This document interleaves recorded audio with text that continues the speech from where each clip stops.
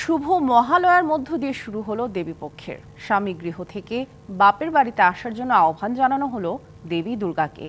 9 দিনের এই যাত্রায় এবার দেবী দুর্গা আসবেন দোলায় চেপে। 13ই অক্টোবর শুভ বিজয়ের দিন ফিরে যাবেন ঘোড়ার পিঠে।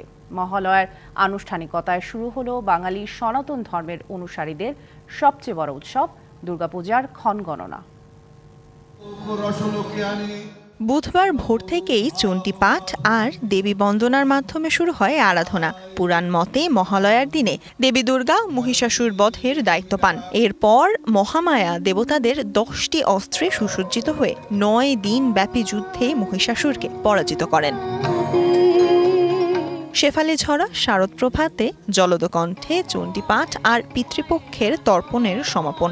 আর এই চণ্ডীতেই রয়েছে দেবী দুর্গার সৃষ্টির বর্ণনা। ধূপের ধোঁয়ায় ঢাক, ঢোল, কাসর, মন্দিরার নিনাদ আর পুরোহিতের ভক্তিকণ্ঠে কৈলাস ছেড়ে দেবী পিতৃগৃহে আগমন। অসাম্প্রদায়িকতা যেন না থাকে, মায়ের কাছে এটাই প্রার্থনা যে উনি যেন সবকিছু ঠিক করে দেন। দেশের পূজা সবাই ভালোভাবে উদযাপন করতে পারুক এবং দেশের শান্তি ফিরে আসুক। সুস্থভাবে একটি সুন্দর পৃথিবী উপহার চাই আসলে আমরা। এনজিওর কিস্তি প্রথমবার বিকাশ পেমেন্ট করলেই 20 টাকা ইনস্ট্যান্ট ক্যাশব্যাক। পঞ্জিকা মতে এবার কৈলাস ছেড়ে দেবী আসবেন দোলায় আর বিজয়া দশমীতে ফিরবেন ঘটকে চড়ে। শাস্ত্র বলছে দেবী দুর্গার দোলায় আগমন অশুভ, থাকে হানাহানি, মহামারীর শঙ্কা। আর ঘোড়ায় সওয়ার হয়ে ফিরে গেলে প্রকৃতির ধ্বংসাত্মক রূপ প্রকাশ পায়। তবে সব অশুভ সরিয়ে দেবী দুর্গা তার সন্তানদের জন্য মঙ্গল বার্তা নিয়ে আসবেন, এমন প্রত্যাশাই ভক্ত অনুরাগীদের।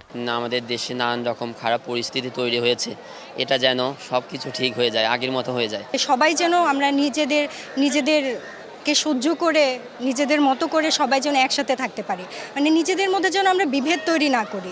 উত্তরবঙ্গে বন্যা হচ্ছে এবং আমাদের মার কাছে এটাই আমরা চাই যে এই প্রাকৃতিক দুর্যোগ, এই রাজনৈতিক দুর্যোগ থেকে আমরা যাতে রক্ষা পাই এবং আগামী বছরগুলোতে আমরা যাতে শান্তিপূর্ণভাবে থাকে পালন করতে পারি।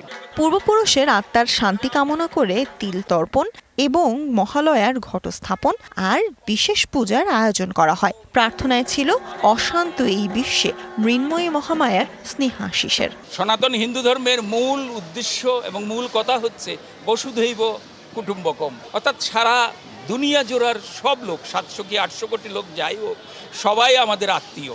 আমাদের দেশের, আমাদের মানুষের কল্যাণ হয়, মানুষ যেন উন্নয়নের পথে যেতে পারেন, সমাজে যেন শান্তি আসে, সবার যেন কল্যাণ এবং সমৃদ্ধি নিশ্চিত হয়। শুরু হলো দেবীপক্ষ।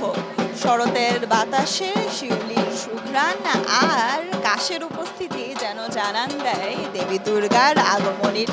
ঘট পূজার মধ্য দিয়ে শুরু হলো মহালয়ার সকল আনুষ্ঠানিকতা, আর এখন অপেক্ষা শুধুই মহামায়ার আগমনের। Sultana Swarna, DBC news, Dhaka.